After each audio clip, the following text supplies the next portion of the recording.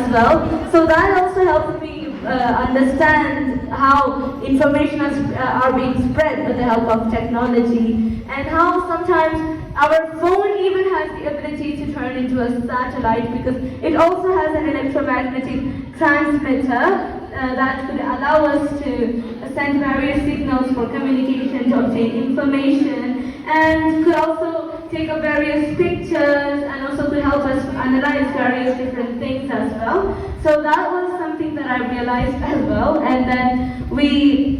And now when it comes to talking about space and rocket, I now were able to understand different phenomena that's been happening, but because of that, like different rockets that are being launched, and how much of the hard work which has been put into it, and all those things were understood.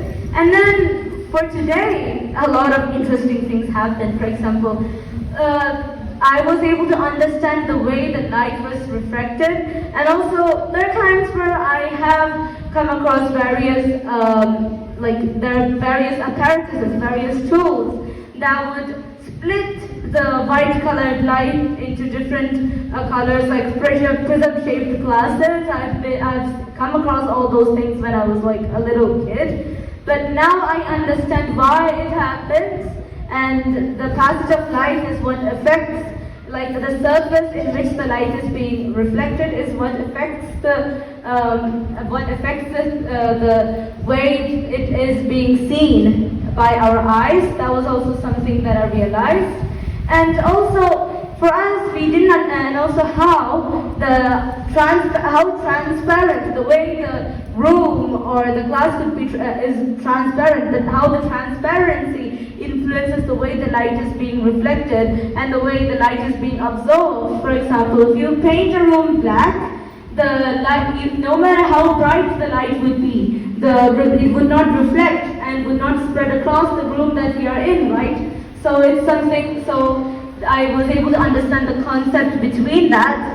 And also another thing is that I've noticed is that there was one experiment that I came across today, which was something like a ball which was being tied into the rope. So like when you push just one ball, when you just move one ball, when you apply pressure into it, it also affects the other balls around it as well, right?